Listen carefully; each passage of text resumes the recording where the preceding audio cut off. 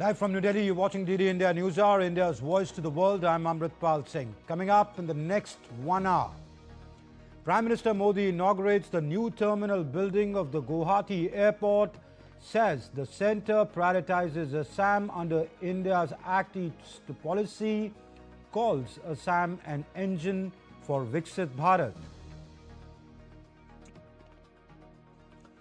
US Operation Hawkeye strikes ISIS in Syria, hits over 70 targets in coordination with Jordanian forces. Monitoring group says that at least 5 IS members killed.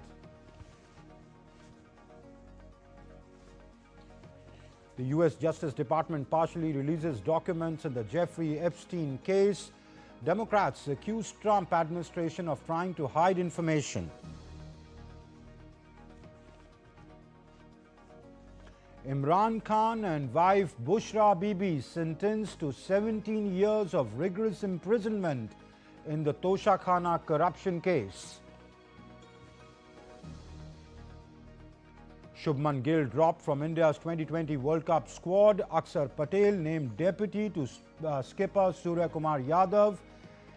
Ishan Kishan and Rinku Singh return.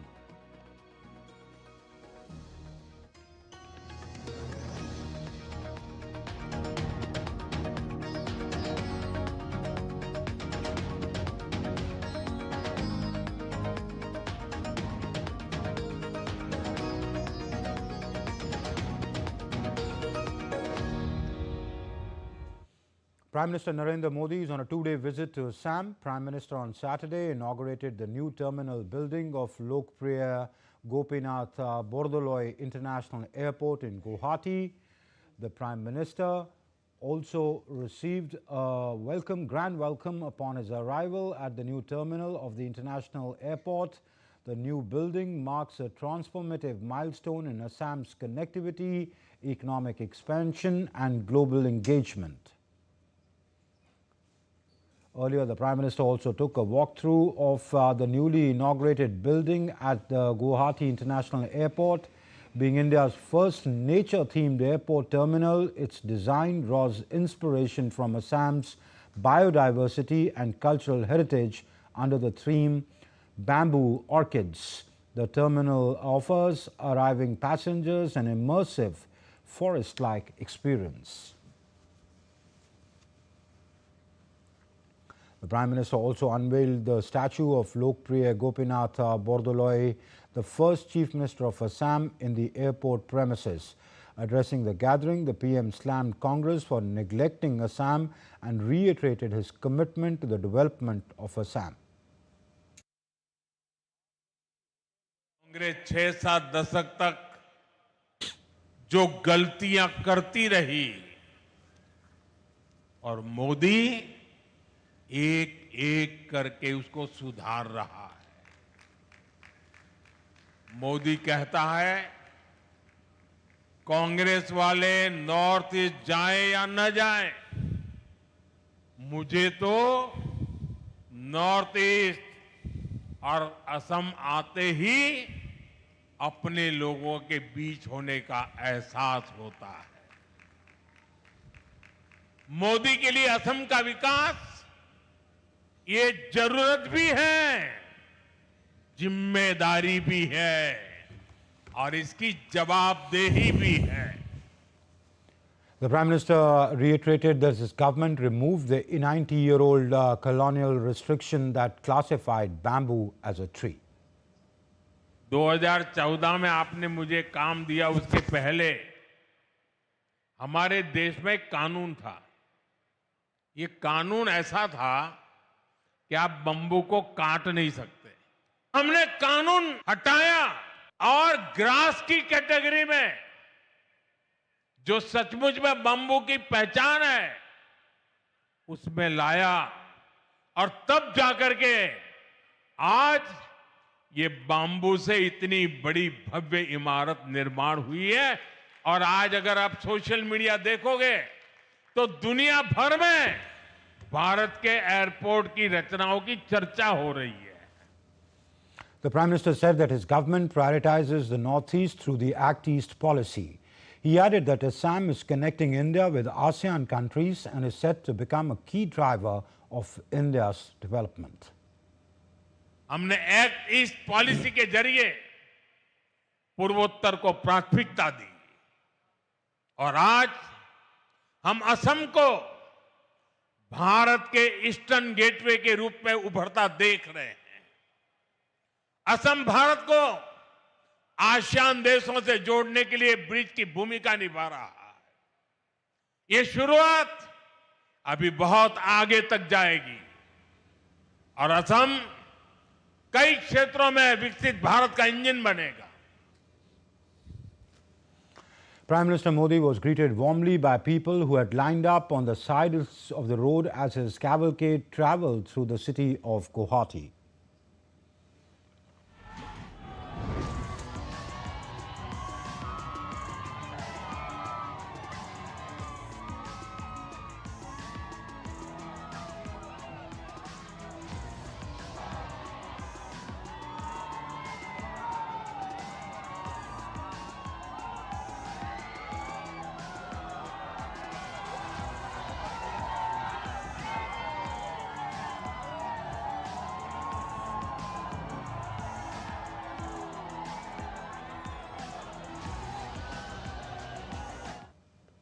And earlier, Prime Minister Modi addressed a rally in West Bengal's Nadia, though he did that virtually.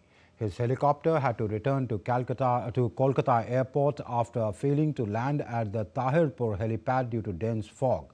The Prime Minister apologized to those who attended the rally in Tahirpur for not being able to address them in person.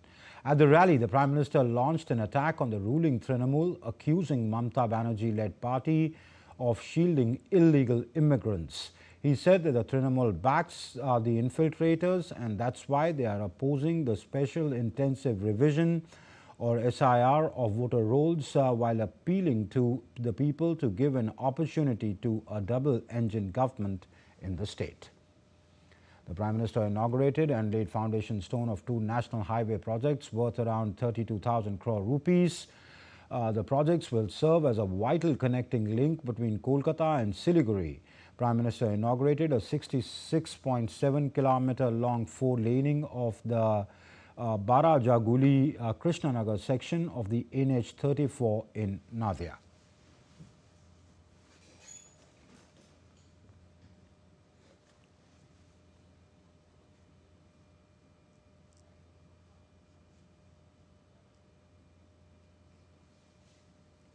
And neighbouring Bangladesh is once again on the boil. Following the attack on student leader Sharif Osman bin Hadi, the UN chief Antonio Guterres has called for calm with arson violence reported in several districts across Bangladesh. The next report navigates through the developments in greater detail. Dhaka is burning. So are many other cities in Bangladesh. The current spate of violence was triggered following the attack on Sharif Osman bin Hadi on December 12th. Hadi, who succumbed to his injuries in Singapore on December 18th, was a prominent leader of the violent student protests, which led to the ouster of Sheikh Hasina and paved the way for the interim administration of Muhammad Yunus. Meanwhile, United Nations Secretary General Antonio Guterres has called on all stakeholders in Bangladesh to exercise restraint, reduce tensions and refrain from violence as the country moves towards parliamentary elections scheduled for February. Condemning the killing of youth protest leader Sharif Osman bin Hadi, the UN chief extended condolences to his family and urged Bangladeshi authorities to carry out a prompt, impartial investigation in line with international human rights standards. The United Nations Human Rights Chief has called for a swift and impartial investigation. We call for calm and for everyone to refrain from violence. Retaliation and revenge will only deepen divisions and undermine the rights of all. We urge the authorities to conduct a prompt, impartial, thorough and transparent investigation into the attack that led to Hadi's death and to ensure due process and accountability for those responsible. Reports of arson and violence have emerged from several districts of Bangladesh. In Lakshmipur, a child was burned to death and two others seriously injured after miscreants set fire to the house of a local BNP leader early on Saturday. In Chattogram, unidentified attackers torched the residence of National Democratic Front President Barrister Anisul Islam Mahmood. Sporadic incidents of violence were also reported in Dhaka and other major cities. Citing security risks, the Bangladesh Shilpakala Academy has suspended all programs and exhibitions indefinitely following recent attacks on cultural institutions, including Chayanot and Udichi.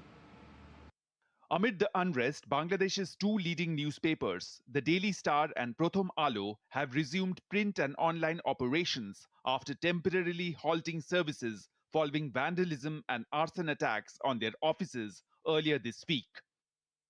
The lynching of a Hindu youth in Moimunsingh and the horrific burning of his dead body in full public glare has sent shockwaves worldwide and raised serious questions about the safety of minorities in the country. With bureau inputs, Naval Sangh Parmar's report from Dhaka for DD India. And for more updates on the story, we are joined by DD India correspondent Naval Singh Parmar from Dhaka over the phone line. Naval, first of all, give us what the present situation is. Are the protesters still out on the roads? And also update us on the security of the Indian consulates and the Indian mission in Dhaka. Well, today there was a funeral of Osman Hadi in the afternoon, and a huge crowd gathered there, and many political leaders were also present, and that happened peacefully, luckily. There is a huge deployment of law enforcement agency, including BGP and army, following the violent attack on media houses and the some local leaders on previous day. Today it was peaceful. However, there are some reports of violence in other part of Bangladesh. In some case, Chittagong and Lakshmipur, as you mentioned in the report. But Inqilab Manch, from whom Osman Hadi belongs, given an ultimatum for 24 hours for the arrest of culprit who have committed crime to assault the Osman Hadi. Second thing, the BNP, Bangladesh Nationalist Party General Secretary Mirza Fakhrul made a statement in which he said that the political force in Bangladesh who don't want election in the coming days, and they are using as a pretext to the incident of attack on Osman Hadi, and they are taking benefit of the situation arise out of the death of Osman Hadi, and they want to intimidate liberal forces in Bangladesh, particularly the media and the intellectual class and civil society in Bangladesh. So it is a serious allegation against the political party who are getting indirect benefit from the current administration. And there were time and again allegation against the Yunus administration that they are siding with some of the political party here in Bangladesh, and their inaction and due to that the incidents of violence again on the media houses and local media and the journalists and many people, neutral analysts, are blaming the inaction of Yunus administration. In the presence of army, the arson attack occurred on the Daily Star and Pratham, and that is very serious allegation against the Yunus administration.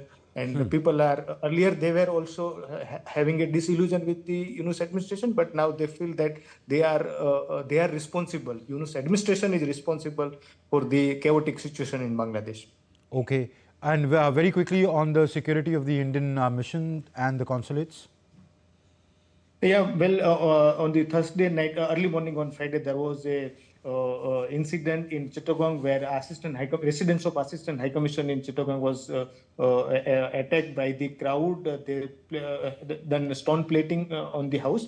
But then after the police commissioner visited the site and they controlled the situation. After that, the security arrangement tightened across the all the diplomatic assets in Bangladesh, and in diplomatic zone, they have fortified the security arrangement, and it is quite safe. All right. Today, uneventful day, Okay. particularly in diplomatic zone. All right. Yeah. We leave it there. Naval Singh Parmar, many thanks for joining us over the phone line and giving us this update. And still to come up on DD India Newshour, Brazil's Lula da Silva says military action in Venezuela would be a humanitarian catastrophe.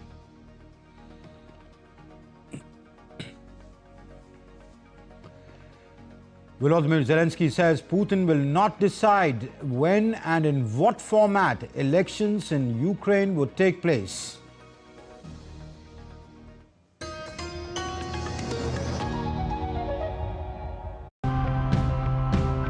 For sustainability to become more than just a statement, it needs to be practical and seamlessly fit into our lives. If we are thinking about a net zero economy. And obviously, automobile sector is at the center of this transformation. Instead of buying new vehicle, if I can retrofit and upgrade my existing vehicle, environmentally speaking, it is superior. Zero waste means repair, reuse, analyze. We realized that if women became involved in decision making and generated income, the whole family would benefit. Before, we needed a lot of manpower to handle the waste. But now, with the conveyor belt, It converts the waste into electricity, powering 2 farms.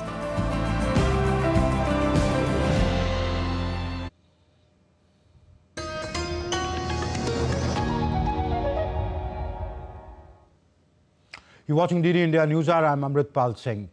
The United States has carried out large-scale strikes against the Islamic State targets in Syria, launching what Washington calls a decisive retaliation for a deadly attack on American personnel. More than 70 ISIS sites were hit across central Syria in an operation ordered by President Donald Trump. The strikes follow last weekend's attack in Palmyra that killed 2 U.S. soldiers and a civilian interpreter. The Pentagon says the operation was precise and limited, targeting ISIS fighters, weapons and infrastructure. Diptanshu Kashyap reports. The United States has carried out large-scale military strikes against the Islamic State in Syria, hitting more than 70 ISIS targets across central Syria in retaliation for a deadly attack on American personnel.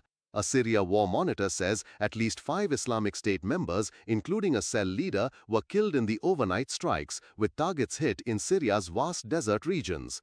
U.S. Central Command said fighter jets, attack helicopters, and artillery were used to strike ISIS fighters, infrastructure, and weapon sites. The operation follows the December 13 attack in Palmyra, where a lone gunman killed 2 U.S. Army soldiers and a civilian interpreter, prompting what Washington calls a decisive and carefully planned response ordered by President Donald Trump. We hit the ISIS thugs in Syria who were trying to regroup after their decimation by the Trump administration 5 years ago. We hit them hard. I ordered a massive strike on the terrorists that killed our 3 great patriots last week. 2 soldiers, 1 interpreter, all great people. And it was very successful. It was precision. We hit every site flawlessly, and we are restoring peace through strength. We're all over the world. The Pentagon said the operation, named Operation Hawkeye Strike, involved more than 100 precision munitions with Jordanian fighter jets supporting the mission. Defense Secretary Pete Hegseth said the strikes were not the beginning of a new war, but a direct act of retaliation aimed at ISIS fighters, infrastructure, and weapon sites linked to the attack. The gunman who killed 2 U.S. Army soldiers and a civilian interpreter was a member of Syria's security forces, suspected of sympathizing with Islamic State. Syria reiterated its commitment to ensure that ISIS couldn't get a safe haven on its territory. Despite losing territorial control, ISIS continues to operate in parts of Syria where around 1,000 U.S. troops remain deployed. The strikes underscore Washington's warning that any attack on U.S. forces will draw swift military retaliation. Diptanshu Kashyap's report for DD India. And my colleague Vinod Kumar has sent us this report from Dubai on on the factors leading to the regrouping of ISIS in the region. The fall of the Assad regime in December 2024 has reshaped the security landscape of the Levant. While ISIS no longer controls territory, the group has not completely disappeared. Instead, in 2025, it has shifted into a mobile, decentralized insurgent force operating quietly and persistently, mostly in Syria and Iraq. In Syria, the rapid expansion of its transitional government has created security gaps, especially in remote desert regions like Badia. These uncounted spaces are being used by ISIS to regroup, retrain, and move fighters. In areas held by the Syrian Democratic Forces, including part of Deir ez-Zor, hundreds of attacks have been reported this year, underscoring the continuous instability in this region. In response to the Parmira attack that happened a few days back, United States Central Command, supported by the Jordanian armed forces, carried out coordinated airstrikes against ISIS targets in central Syria on December 19th. These operations highlight continuous military pressure, even as the global attention is shifting elsewhere. There are multiple reasons for this resurgence of the ISIS persist in this area. One is political uncertainty, governance gaps, and economic hardships across Syria and Iraq, and this continues to provide openings for the extremist recruitment. Another concern is prison security. Any breakdown in the coordination between the Syrian authorities and Kurdish forces could risk mass escapes, giving ISIS a sudden boost in manpower. At the same time, several factors limit full-scale comeback. Regional intelligence cooperation has improved, public support for extremist ideology like the Takfiri has declined, and Iraqi security forces have grown more capable and proactive. Despite reduced troop numbers, United States forces continue to target counterterrorism operations, just like we saw on December 19th. As late of 2025, ISIS is focusing on low intent attack. Its influence is stronger in Syria than Iraq, while globally affiliates remain active in regions like Afghanistan and Africa. The likelihood of ISIS return to its 2014 strength is low. However, a prolonged insurgency remains a real risk. The group is not defeated, it's adapting. This is Vinod Kumar, DD India from Dubai. Okay. The U.S. Department of Justice has released the first batch of thousands of documents and photos from its investigations into the Jeffrey Epstein case file under a new transparency law signed by President Donald Trump. More details in this report. The United States Department of Justice on Friday released an initial tranche of documents related to its investigations into the late financier and convicted sex offender Jeffrey Epstein. This partial disclosure, accessible via an online Epstein library on the DOJ website, came in response to the Epstein Files Transparency Act mandating the public release of all unclassified records by that date. The released materials comprised of court records, investigative materials, and numerous photographs depicting Epstein with prominent figures. Deputy Attorney General Todd Blanche announced that this batch represented only a portion of the holdings, with additional releases anticipated over the coming weeks. The photographs released featured numerous of famous politicians and celebrities. The DOJ emphasized that all reasonable efforts had been made to protect victims' privacy, though it cautioned that inadvertent disclosures might occur. A White House spokesperson praised the Trump administration following the latest release by the U.S. Justice Department, saying the release was a testament to transparency of the administration before accusing Democrat politicians of involvement. However, raising question on release, Democratic representative said it failed to comply fully with the law's requirements for complete disclosure of unclassified materials. It is disappointing that they haven't been able to release these documents on time in compliance with the law. While it's clear they're trying at the very least to meet the deadline, they should have been able to do more. And if they couldn't do it, they should have met with the survivors' lawyers or with the Oversight Committee or with Massey and me to explain why not. But at this point, what we need is a clear timeline of when the rest of the documents will be released and an explanation for why they did not release all of them today. With further batches expected, anticipation remains high regarding the potential insights these files may provide into Epstein's extensive network of associates. Nonetheless, questions persist about the extent of future disclosures and the criteria guiding the Department of Justice's selection and redaction processes. Bureau Report, DD India. As US and Russian officials gather in Miami for another round of talks to end the Russia-Ukraine conflict, Ukrainian President Volodymyr Zelensky on Saturday said that the United States proposed to hold the talks between Ukrainian and Russian teams in Miami. Indeed, the United States of America said that they would have a separate meeting with representatives of Russia, and they proposed such a format, as far as I understand, Ukraine, America, Russia. And Ukrainian President Zelensky on Saturday said that Moscow had no say in the organization or conducting of elections in Ukraine after Russian President Vladimir Putin suggested halting strikes for Kyiv to hold a presidential ballot. Zelensky said it's not Putin who decides when and in what format the elections in Ukraine will take place. He also ruled out votes in territories occupied by Russia. Brazilian President Luiz Inácio Lula da Silva on Saturday said that U.S. military action in Venezuela would spark a humanitarian catastrophe as he opened a summit of the South American Mercosur bloc. Pakistan's former Prime Minister Imran Khan and his wife Bushra Bibi have been sentenced to 17 years in prison each in a corruption case tied to the undervalued sale of official luxury gifts received by them. DD India's Adamya Mishra brings us more.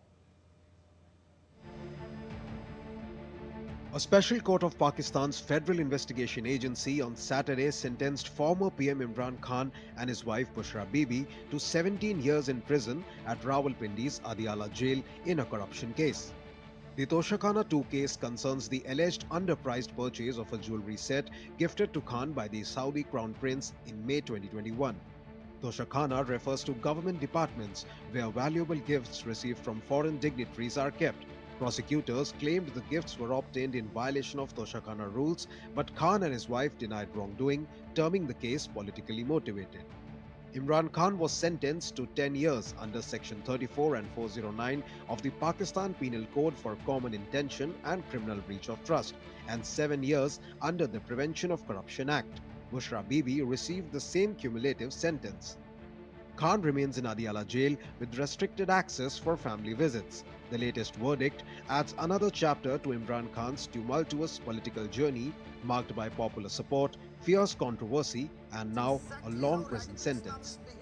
Adamya Mishra's report for DD India.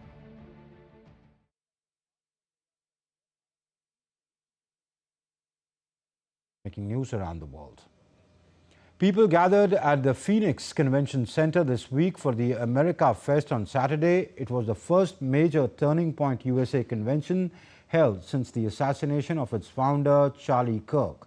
Led by Kirk's widow and new CEO, Erica Kirk, the four-day event is attempting to maintain unity while navigating a leadership vacuum and mounting pressure from the Third Term Project and other internal factions. Chanting villagers paraded a giant effigy through the alleys of rural Hong Kong before burning it in a once-in-a-decade ceremony to ward off bad luck and honor their ancestors, marking the climax of Taoist Jiao Festival in Campton. The 300-year-old event transformed the area with towering floorboards and a vast bamboo stage recently recognized by the Guinness World of Book Records as the world's largest temporary bamboo structure, and remains one of Hong Kong's longest-running traditions, featuring lion and dragon dances, Cantonese opera and puppet shows. And still to come up on DD India Newshour, we discuss the security situation in Bangladesh and what has led to this crisis with a special guest in the studio.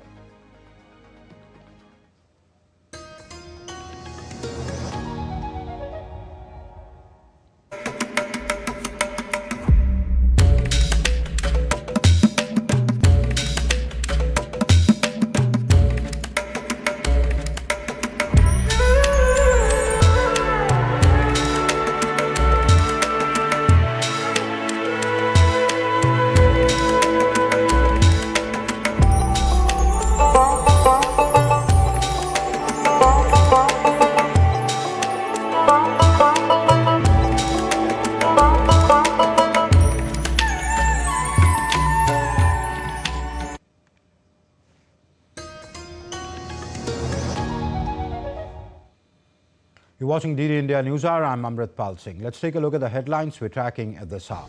Prime Minister Modi inaugurates the new terminal building of the Guwahati airport, says centre prioritizes Assam under the Act East policy, calls Assam an engine for Viksit Bharat. US Operation Hawkeye strikes ISIS in Syria, hits over 70 targets in coordination with Jordanian forces. The monitoring group says at least 5 IS members killed. US Justice Department partially releases documents in the Jeffrey Epstein case. Democrats accuse Trump administration of trying to hide information.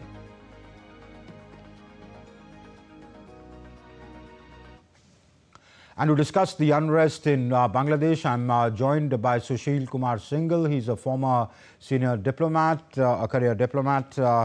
Thank you, Ambassador Singhal, for being on the show. If you could put in context what really is transpiring in Bangladesh. One understands there is anger on the streets of Bangladesh. Hadi is killed. There is an anti-India sentiment. There are questions about, some political parties wanting to retain power. The role of Muhammad Yunus-led administration is also under cloud. What really is transpiring in Bangladesh? Well, it's a very pertinent question, I would say, because the killing of, this unfortunate killing of Sharif Osman Hadi,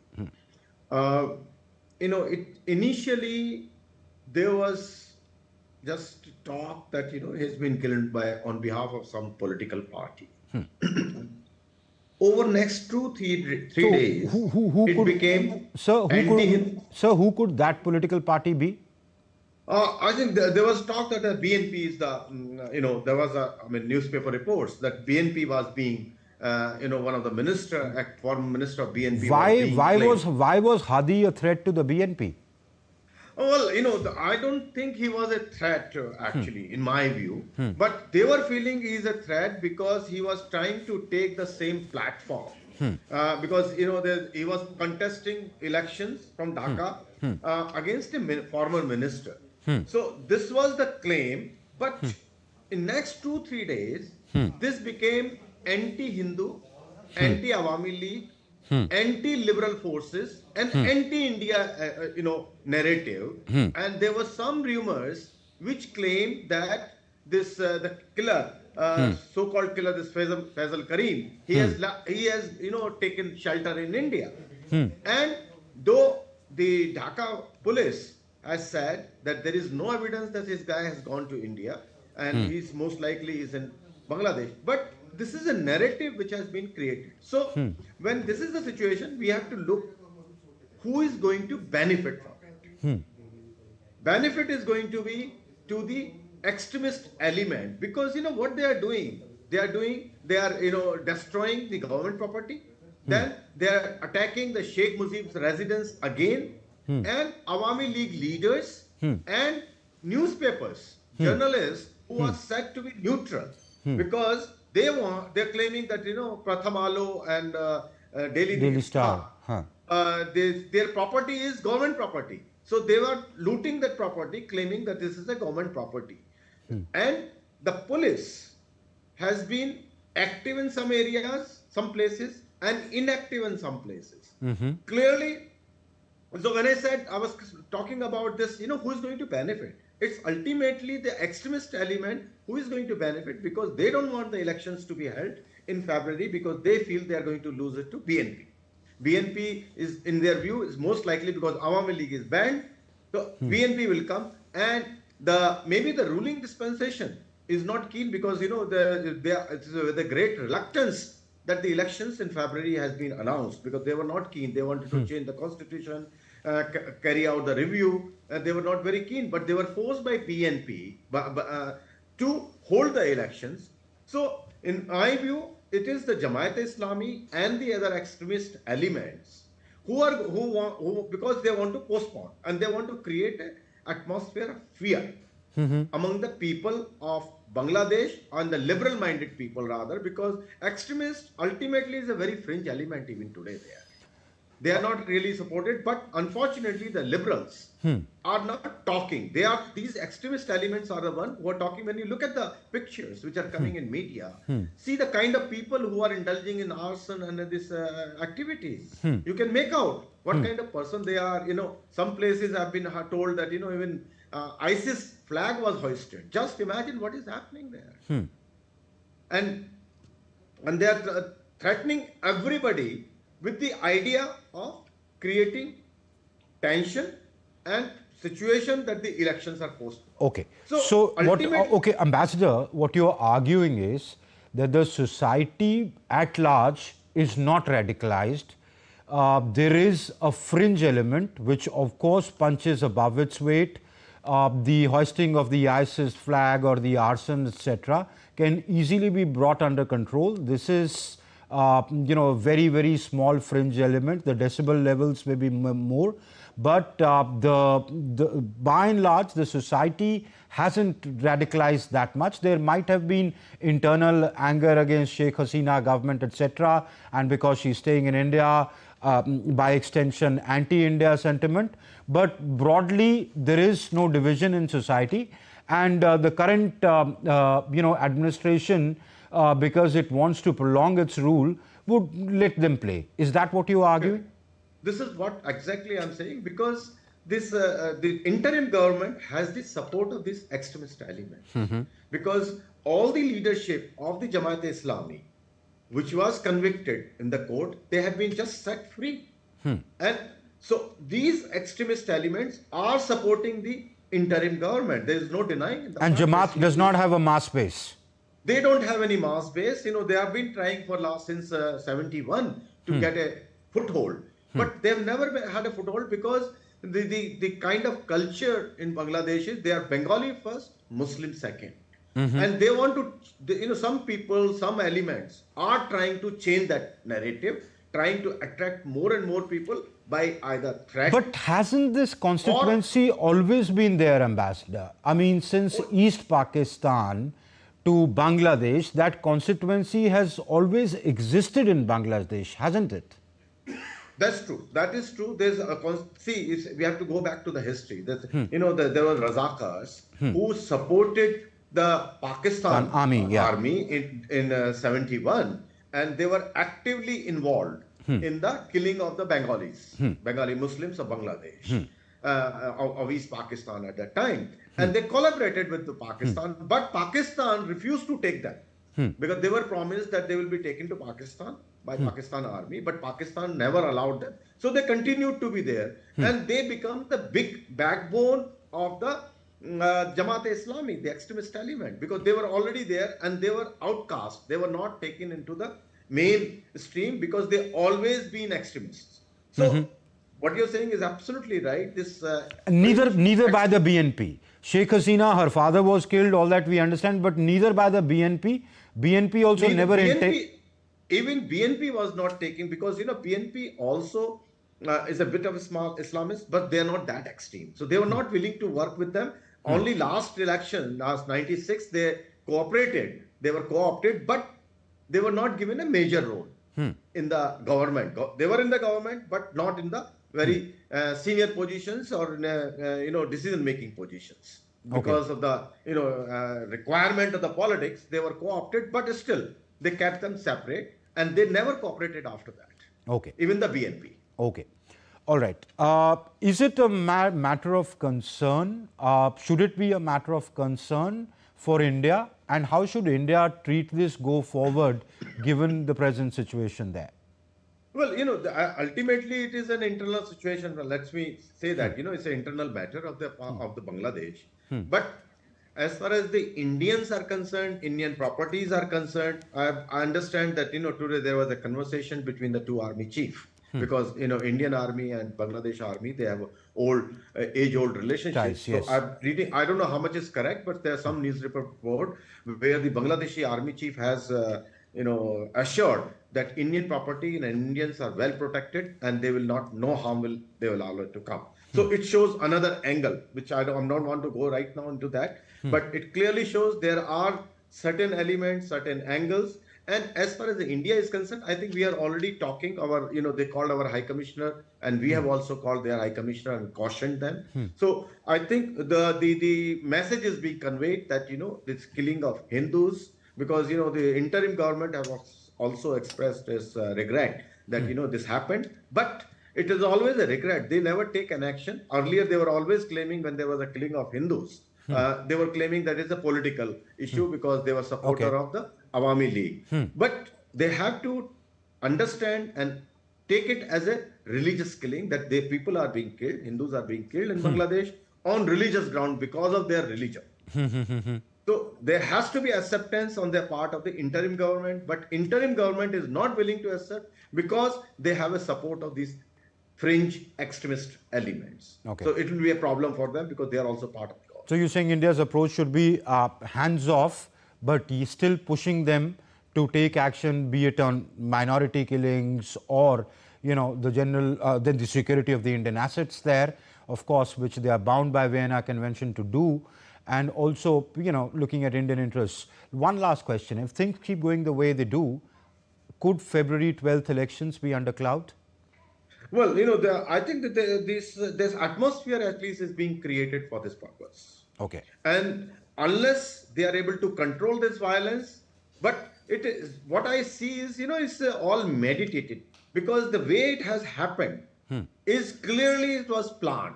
So sometime, I'm not sure because, I don't have any evidence. I've not read any or anything, but it's quite possible even the killing of Hadi was a part of a plan. Because this guy was, he was of course, he was talking anti-Sheikh Hasina, anti-India, but he was a nationalist, and he was not this kind of element. He was not a fringe element or extremist element. So, and he was liberal in that sense. But he was an Islamist, wasn't he? Of course he was Islamist. Okay. One last question. My producer is telling me to wind up because of paucity of time. But one last question. I can't let go of you without asking this. If indeed the shooter of Hadi is in India, would it help if the Indian authorities catch him and send him back across the border? No, I'm sure we will be. I don't see any problem. If he comes to India, why we'll keep him there? Here, we are not interested. But they themselves are saying he's not in India. But if he comes to India and we are able to apprehend him, if we come to, I'm sure the Indian authorities would have no interest in keeping him in India. All right, we'll closely watch the situation there. Ambassador Singhal, many thanks for being on the show and lending us your insights this evening. Thank you. And India's External Affairs Minister Dr. S. Jaishankar attended the Pune Literature Festival on Saturday, where he spoke on diplomacy to discourse in conversation with Yuvraj Malik, the director of the National Book Trust. Describing the global political landscape akin to coalition politics with constantly shifting alignments, Minister Jaishankar said that India must stay nimble while firmly prioritizing its national interests. Listen in. In our country, we had one era of coalition politics. World is today like an era of coalition politics. किसी की majority नहीं, किसी coalition की भी majority नहीं. So what happens is constantly combinations are formed, deals are struck, somebody is up, somebody is down, some issue comes up.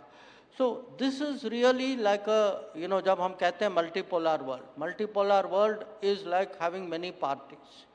And the combination of parties decides for the day, but वो बदलता रहता है. And you have to stay on top of the game, which means we have to be very nimble. We have to, I'll be very frank with you. Sometimes, so you are with one, for some other issue, you are with another. But all the while, I have one principle: what is helping my country? So whatever helps my country, that is my choice. The government of Nepal has extended the tenure of the investigation commission led by Gauri Bahadur Karki on September 8th and 9th protests by 1 month. The cabinet decided to extend the tenure that expires on the 24th of December after the commission shared its inability to complete key tasks due to month-long festivities in Nepal along with the monsoon season. And in Nepal, the newly created party CPN, formed by a merger of 10 leftist parties, organized a public assembly in Kathmandu on Saturday. With 75 days to go for the 5th March elections, political parties have started campaigning in public, addressing the public assembly near Brikuti Mandapam. Joint coordinator of the Nepali Communist Party and former Prime Minister Madhav Kumar Nepal appealed to the public to grant his party a majority in the elections to promote good governance and social justice. Let's now take a look at other stories making news. The 107th regular course of the Indian Military Academy marked its silver jubilee with a commemorative visit to Dehradun on Sunday. The commissioned in 2000, the course has completed 25 years of service, producing 416 officers, of whom 255 returned with their families. Over the years, the course has earned 47 gallantry awards and 176 distinguished service honors. The officers also paid tribute to 10 fallen comrades, honoring their next of kin and reaffirming the values of honor, courage and sacrifice. Union Minister Kiren Rijiju on Saturday extended greetings to the people of Ladakh on the occasion of Losar, the traditional Tibetan New Year. He also took part in cultural celebrations marking the festival. In a post on X, Minister Rijiju wished peace, prosperity and happiness for the new year. The message was shared with a video of him dancing to traditional music alongside students and faculty of the Central Institute of Buddhist Studies. And still to come up on DD India Newshour, India has become the world's third largest domestic aviation market. ISRO successfully completes qualification tests of the drogue parachutes for which Gaganyaan crew module deacceleration system. Kashmir braces for rain and snow as Chilai Kalan begins on December 21st.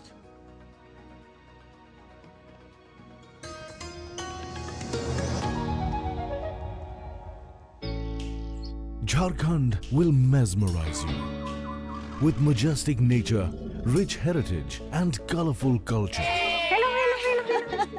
Johar. It fits perfectly. Thank you. Full workout ho gaya. Ready?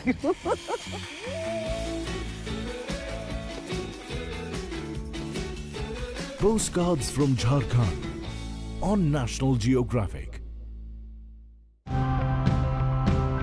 For sustainability to become more than just a statement, it needs to be practical and seamlessly fit into our lives. If we are thinking about a net zero economy, and obviously automobile sector is at the center of this transformation. Instead of buying new vehicle, if I can retrofit and upgrade my existing vehicle, environmentally speaking, it is superior. Zero waste means repair, reuse, analyze.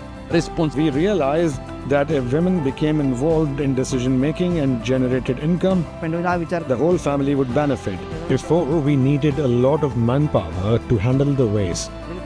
But now, with the conveyor,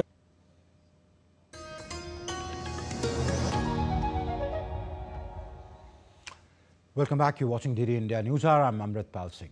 ISRO has successfully completed the qualification tests of the drogue parachutes for Gaganyaan crew module deacceleration system at the Terminal Ballistics Research Laboratory in Chandigarh between 18th and 19th December. The drogue parachutes are a critical component of Gaganyaan's parachute system, stabilizing the crew module and reducing its velocity during the re-entry.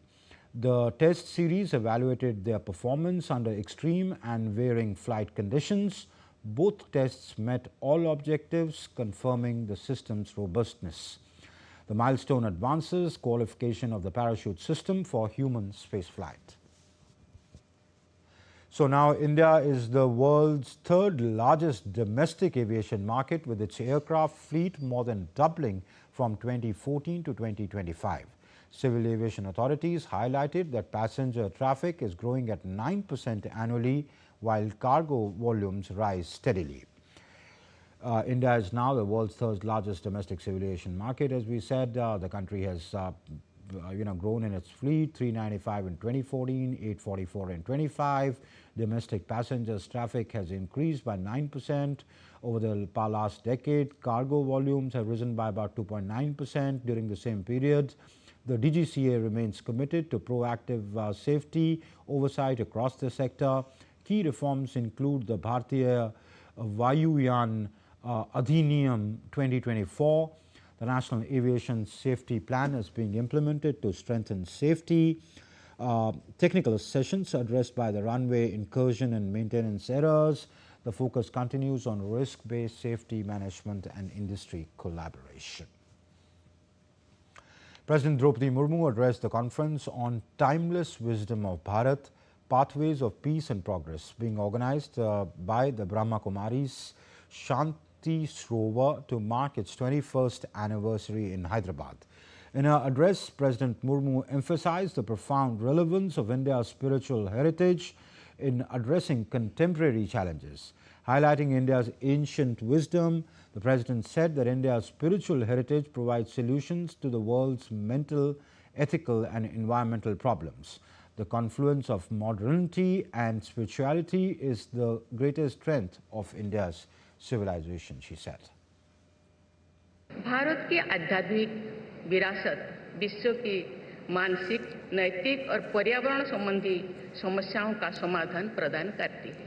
आधुनिकता और आध्यात्मिकता का संगम हमारी सभ्यता की सबसे बड़ी शक्ति है। वसुधैव कुटुंबकम का भाव पूरी दुनिया को एक परिवार मानने की सोच आज वैश्विक शांति की सबसे बड़ी आवश्यकता है। भारत ने योग की परंपरा के माध्यम से विश्व को एक ऐसा जीवन पद्धति प्रदान की है जो शारीरिक स्वास्थ्य के साथ साथ मानसिक संतुलन और आत्मिक अनुशासन को भी सुदृढ़ करती है। Vice President C.P. Radhakrishnan addressed the valedictory session of the Conference of Chairpersons of Public Service Commissions in Hyderabad. Addressing the gathering, the Vice President said that as India progresses towards the vision of Viksit Bharat at 2047, the quality of governance and, more importantly, the quality of people who run institutions will be decisive. He described public service commissions as constitutional institutions entrusted with the critical responsibility of selecting competent, impartial and ethical individuals to serve the nation. Switzerland's ambassador to India, Manya Tesafi, arrived in North Indian city of Varanasi on Saturday. Tesafi, who's also the ambassador to Bhutan, inspected the Varanasi ropeway project during her visit to the holy city. Built by the National Highways Logistics Management Limited along with Swiss company Barthelot, the project will be the first public transport ropeway of India. Hailing the project, the Swiss ambassador said that the project will transform urban transport system while unlocking vast potential for tourism, economic growth and commercial activities. The ropeway spanning from Varanasi station to Guwahati with stops at Vidyapith and Rath Yatra boasts a significant technical hub at Guwahati, where the construction is progressing well.